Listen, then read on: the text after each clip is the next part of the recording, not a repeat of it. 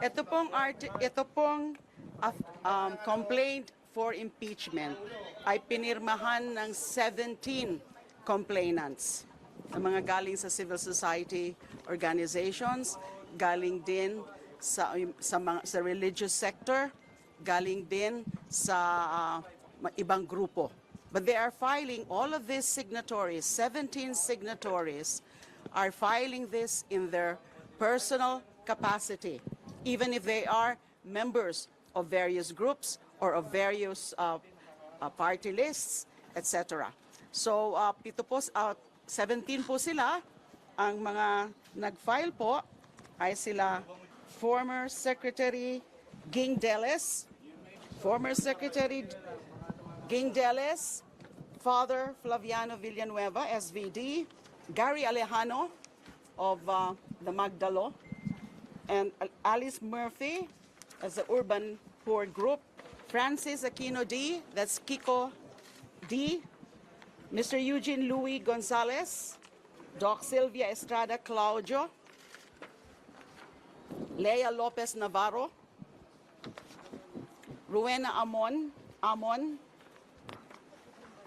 Mr. Randy Francisco de los Santos, that's the uncle of Kian de los Santos, a victim of the EJK, Ms. Filomena Cinco, Mr. Teodoro Teddy Lopez, Sister Susan Santos Esmile, SFIC, Mary Grace de Guzman, Sister Mary Grace de Guzman, Father Robert Reyes, Miss Maria Yvonne Cristina Jereza.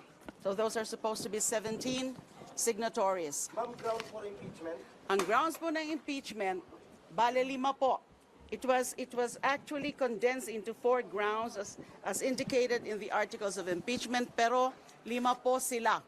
So out of the 6 grounds for impeachment laid down in the Constitution, 5 po yung grounds. Culpable violation of the Constitution, graft and corruption, bribery, betrayal of public trust, and other high crimes. So ang wala lang na ground for impeachment is treason. So majority of the grounds are present. And there are a total of 24 articles of impeachment as discussed in the 33-page complaint. So among the articles po are the misuse, the failure to account, the intel and confidential funds of both the Office of the Vice President and also of the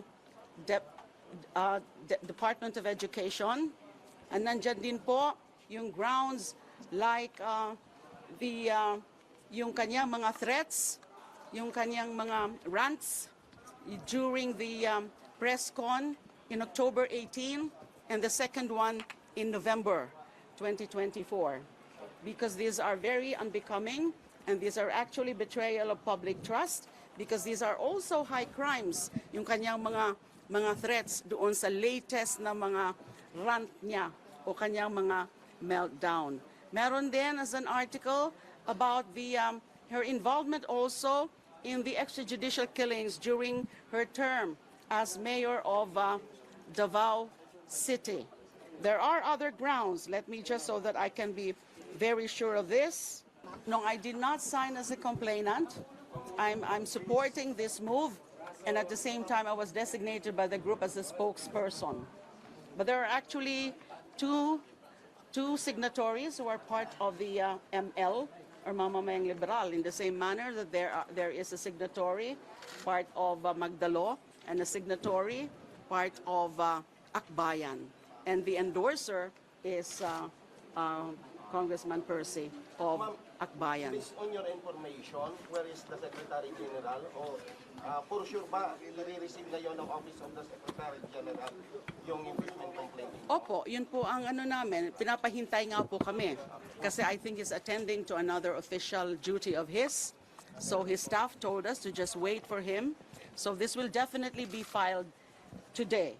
Yes. And then, you know, that another article is the respondent left DepEd with nearly 7 billion pesos in unliquidated cash advances. Isa po yun. sa mga articles. And then there's the rigged bidding of laptops and other electronic devices during respondents' time as DepEd Secretary. And then they were also respondent and members of her family engaged also in bribery and or in the unexplained receipt of hundreds of millions of funds from known drug personalities. And then we also cited, the complainants also cited as among the articles of impeachment, the respondents' acts of coddling, defending, and otherwise acting as an enabler of Pastor Apollo Kibuloy. So we will be filing this, and it's good that the section is here already. How do you feel lang? Kasi si President Bongbong Marcos has already sent a message to Congress. Alam nyo, eto, Wait lang, isang tanong lang. isang tanong. Wait lang, how do you feel po na, the President has already spoken and he said to the congressman, the House leaders na huwag na natin pagkukunan ng pansin sa impeachment? How do you feel po? Okay, Paano to usan? under the Constitution, a citizen can actually file an impeachment with a member of the House of Representatives as an endorser. And So, sorry, go ahead po. So, hindi namin tinitingnan yung mga ganyan because ayaw nga namin yan na maging, ma-perceive kami as favoring any of the political protagonists now, di ba? Talagang decision po ito ng mga individual na mga nag-file coming from various groups. Ayaw naming kumumpas o sumama sa kung anuman na mga moves nila, yung mga nasa gobyerno ngayon, including the president. We cannot be